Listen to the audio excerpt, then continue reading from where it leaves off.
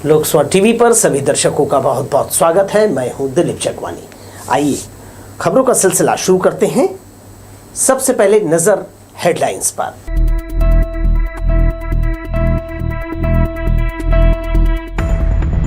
जिले में बड़े पैमाने पर पुलिस विभाग में तबादला। शहर में सालों से जमे अधिकारी भेजे गए ग्रामीण क्षेत्र। शहर में हुए 2 महत्वपूर्ण कार्यक्रम। किसानों को अतिरिक्त आय की मिली जानकारी। फार्मासिस्ट हुए डिजिटल अपडेट। बजरंगियों ने निकाली शव यात्रा। नेता प्रतिपक्ष राहुल गांधी के बयान से नाराज होकर जलाया पुतला। और स्कूली बच्चों को ऑनलाइन अपराध से किया सतर्क। शिक्षकों संग पुलिस अधिकारियों ने लगाए पौधे। विस्तार से देख लेते हैं खबरें।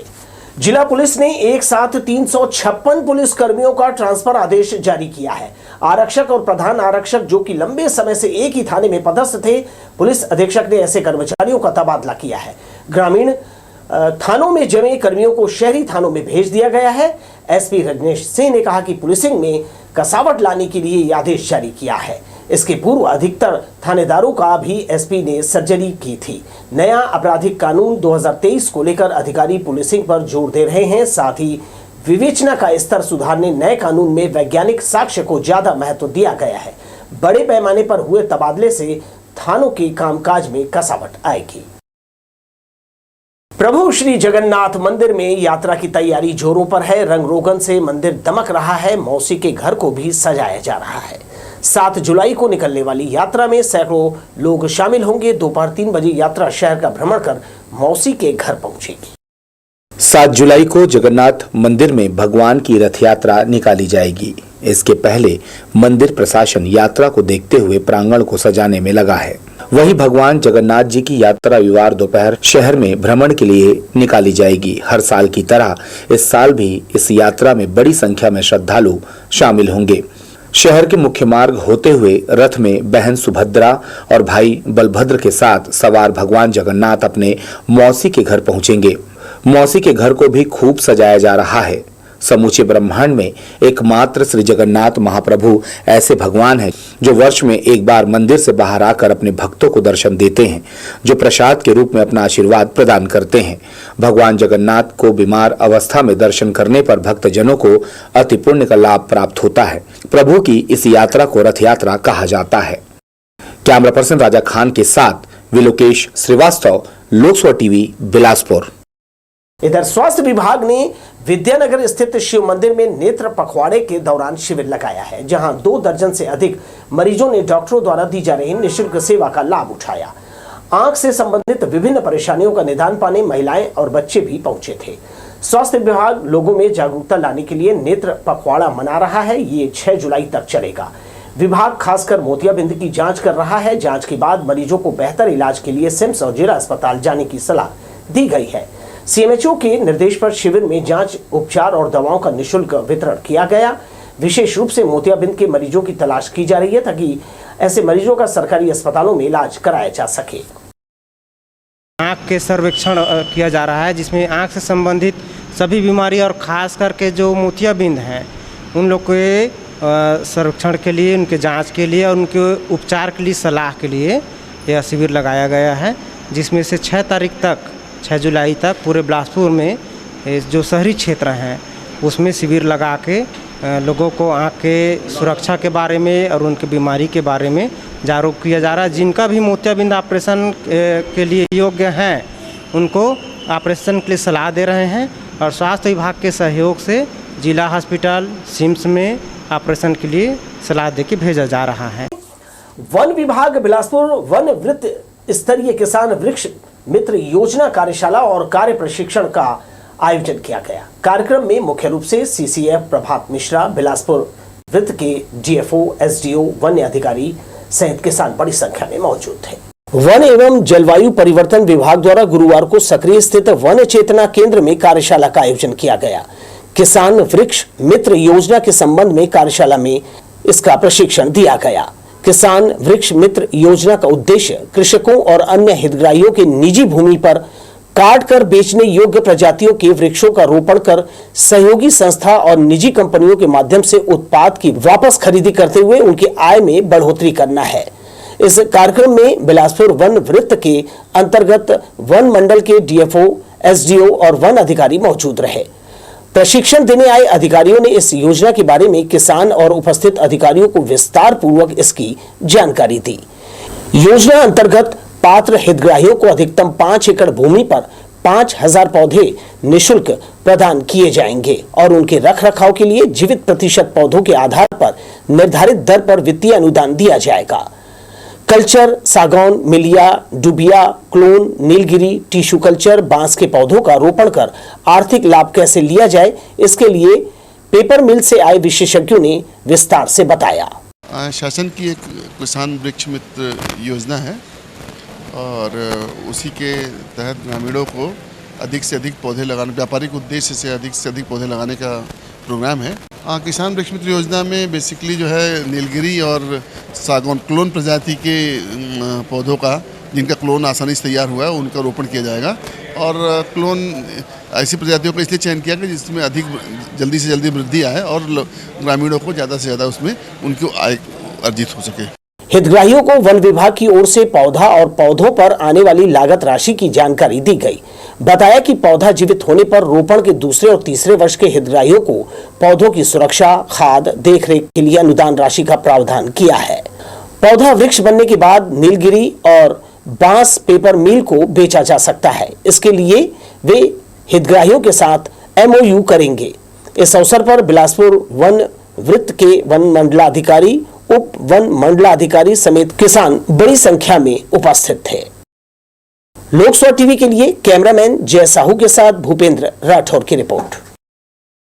सरकारी अस्पतालों और स्वास्थ्य केंद्रों में कार्यरत फार्मासिस्ट को डिजिटली अपडेट किया जा रहा है। Drug distribution and management information के ऑनलाइन संभागीय प्रशिक्षण कार्यक्रम में आयुष की उप संचालक समेत जिले के अधिकारी शामिल हुए।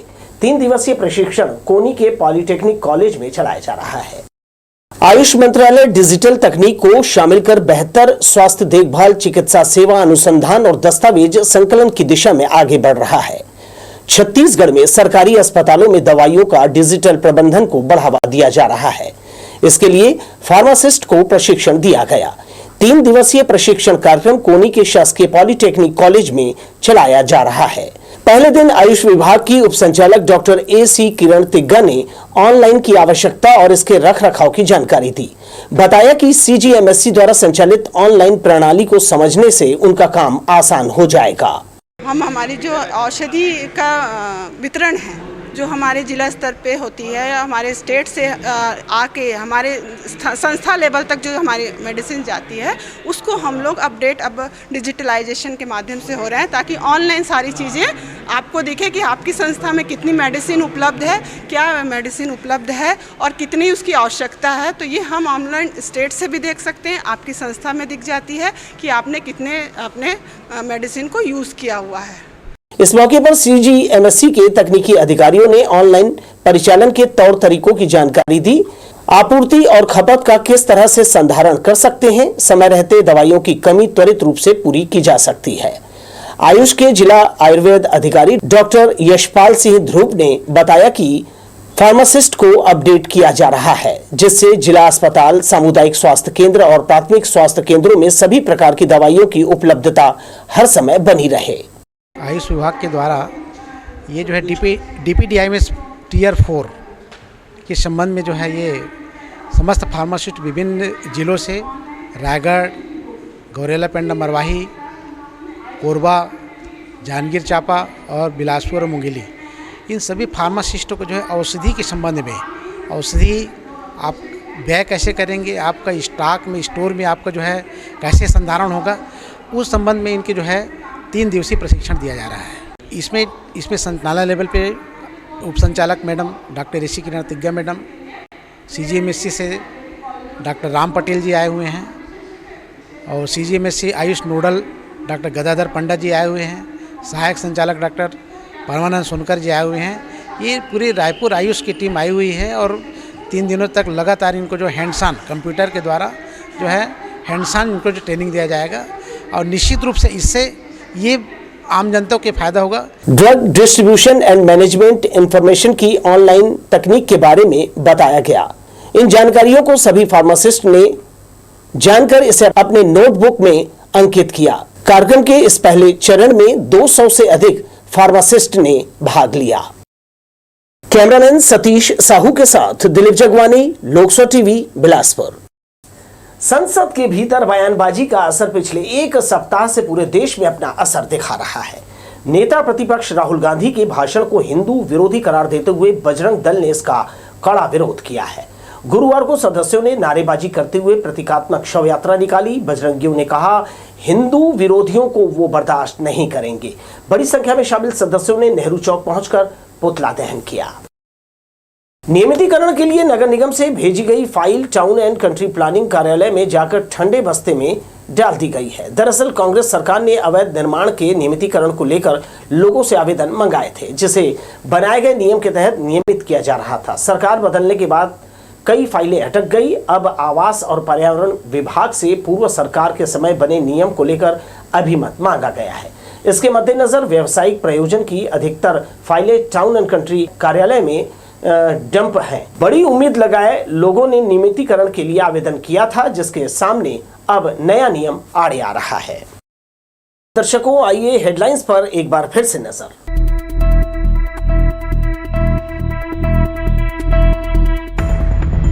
जिले में बड़े पैमाने पर पुलिस विभाग में तबादला। शहर में सालों से जमे अधिकारी भेजे गए ग्रामीण क्षेत्र। शहर में हुए 2 महत्वपूर्ण कार्यक्रम, किसानों को अतिरिक्त आय की मिली जानकारी। फार्मासिस्ट हुए डिजिटल अपडेट।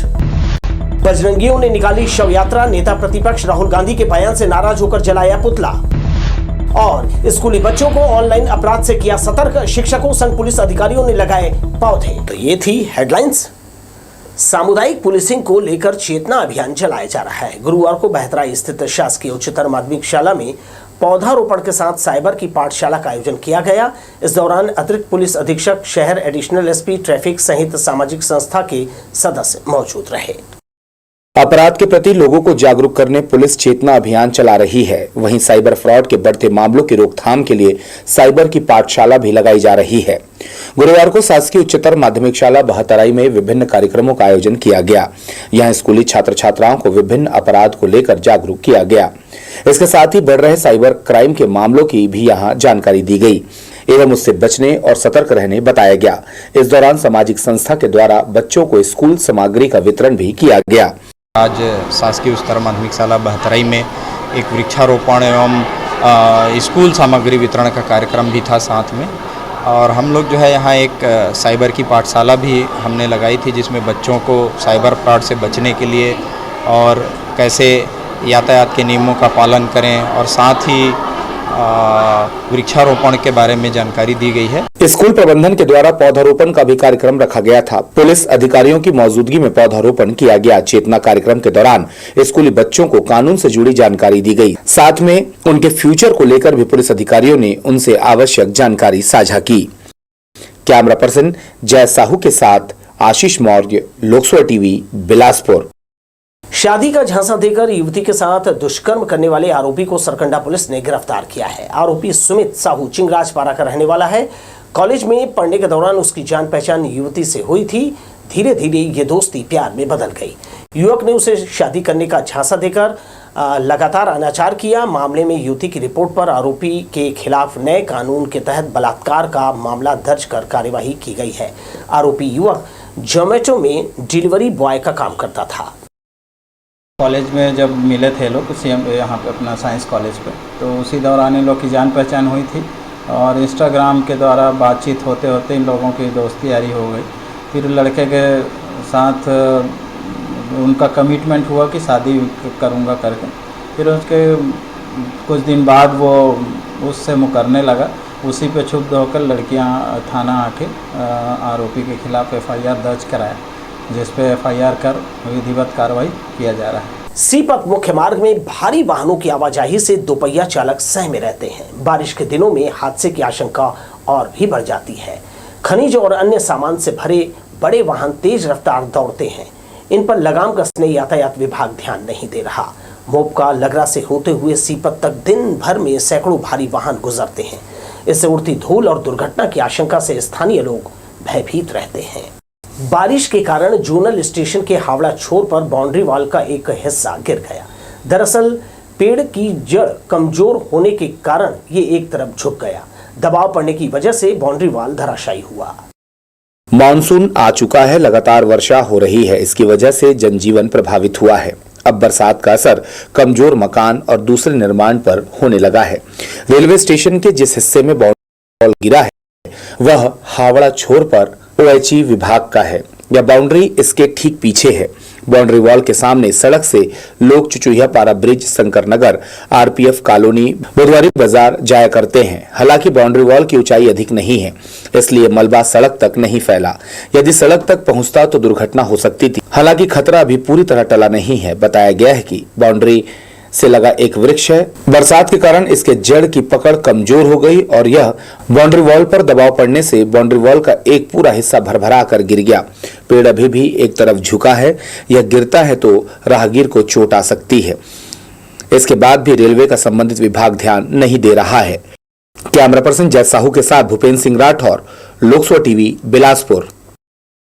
ज्यादातर ट्रेनों में 2 जनरल कोच अतिरिक्त जोड़ने की योजना है। अक्टूबर और नवंबर से लागू होने वाली इस व्यवस्था के बाद यात्रियों की जो भीड़ है इसे परेशानी नहीं होगी। एक्सप्रेस ट्रेनों के किसी कोच में यदि सबसे ज़्यादा भीड़ रहती है तो वो जनरल कोच में है।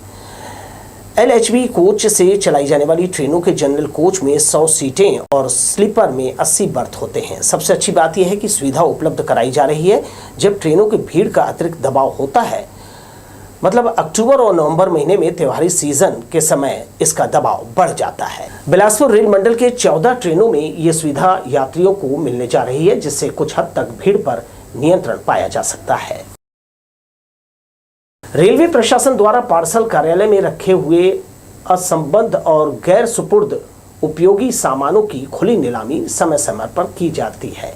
इसी कड़ी में सामानों की अगली खुली नीलामी 10 जुलाई बुधवार को सुबह 11 बजे बिलासपुर स्टेशन के पार्सल ऑफिस में की जाएगी। नीलामी की जाने वाले सामानों में डीप फ्रीजर, ट्रॉली बैग, पानी और कोल्ड ड्रिंक्स की बोतलें शामिल है। रेलवे के अनुसार इच्छुक कोई भी व्यक्ति इस नीलामी में भाग ले सकता है। इसमें शामिल होने के लिए निश्चित परिचय पत्र के साथ 10 जुलाई सुबह 10:30 बजे से पहले स्टेशन के पार्सल कार्यालय में उपस्थिति देनी होगी। आप देखते रहिए लोकसभा टीवी और मुझे दीजिए विदा। नमस्कार।